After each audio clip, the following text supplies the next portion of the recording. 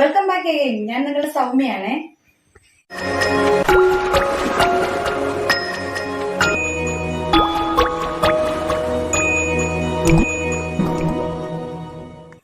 നമ്മുടെ ഈ വീഡിയോ ആദ്യമായിട്ട് കാണുന്നവർ നമ്മുടെ ചാനൽ ഒന്ന് സബ്സ്ക്രൈബ് ചെയ്യണേ.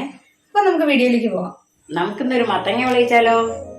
അപ്പൊ നമുക്കിതൊന്ന് മുറിച്ച് കഷ്ണങ്ങളാക്കി എടുക്കാം. ഏതായാലും കിട്ടിയിരിക്കുന്ന നമുക്ക് നല്ല മൂത്ത മത്തങ്ങ കേട്ടോ. മത്തങ്ങ കഷ്ണങ്ങളാക്കിയിട്ടുണ്ട്. ഇനി നമുക്കിത് ആവിയിലൊന്ന് വേവിച്ചെടുക്കാം. ആവി കയറ്റാനായി ഇഡ്ഡലി പാത്രത്തിൽ തട്ട് നമുക്കിത് അടുപ്പത്ത് വയ്ക്കാം. ഇത് നമ്മൾ ആവിയിൽ വേവിച്ചെടുത്ത മത്തങ്ങയാണ്. ഇനി നമുക്കിതൊന്ന് ശരിക്ക് കുറച്ച് കൊടുക്കാം. നന്നായിട്ട് ഉടങ്ങിയിട്ടുണ്ട്.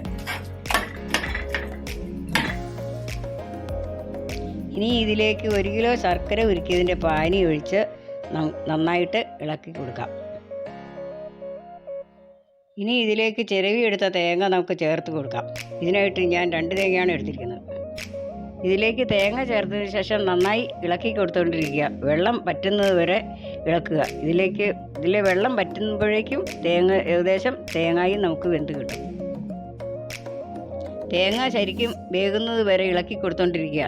തേങ്ങ ശരിക്കും വെന്തതിന് ശേഷം അതിലേക്ക് 3/4 കിലോ അരിപ്പൊടി ചേർത്ത് നന്നായി ഇളക്കി കൊടുക്കുക. പുഴുക്കലരി വറുത്ത് പൊടിച്ചതാണ് ഞാനിവിടെ ചേർത്തിരിക്കുന്നത്. അരിപ്പൊടി ചേർത്ത് നന്നായി ഇളക്കിയതിന് ശേഷം എണ്ണയിലോ നെയ്യിലോ വറുത്ത കശുവണ്ടി നമുക്ക് ഇതിലേക്ക് ചേർത്ത് ഇളക്കി കൊടുക്കാം. ഇനി നമുക്കിതിലേക്ക് ഏലക്ക പൊടിച്ചത് ചേർത്ത് കൊടുക്കാം. 2 സ്പൂൺ ഏലക്കാപ്പൊടിയാണ് ഞാൻ ചേർത്തിരിക്കുന്നത്. ഇനി നമുക്ക് 2 സ്പൂൺ ജീരകം പൊടിച്ചതും ചേർത്ത് കൊടുക്കാം. ഇനി നമുക്കിതെല്ലാം കൂടി ഒന്ന് ഇളക്കി യോജിപ്പിച്ചെടുക്കാം. മത്തങ്ങ വിളച്ചത് ഇപ്പോൾ പാകമായിട്ടുണ്ട്. അധികം ഉണങ്ങുന്നതിന് മുമ്പ് നമുക്കിത് അടുപ്പത്തുനിന്ന് വാങ്ങാം.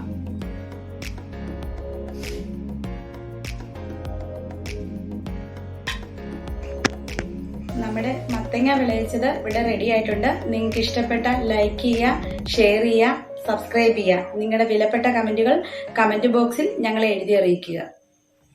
മറ്റൊരു വീഡിയോയുമായി വരുന്നവരെ ബൈ ബൈ.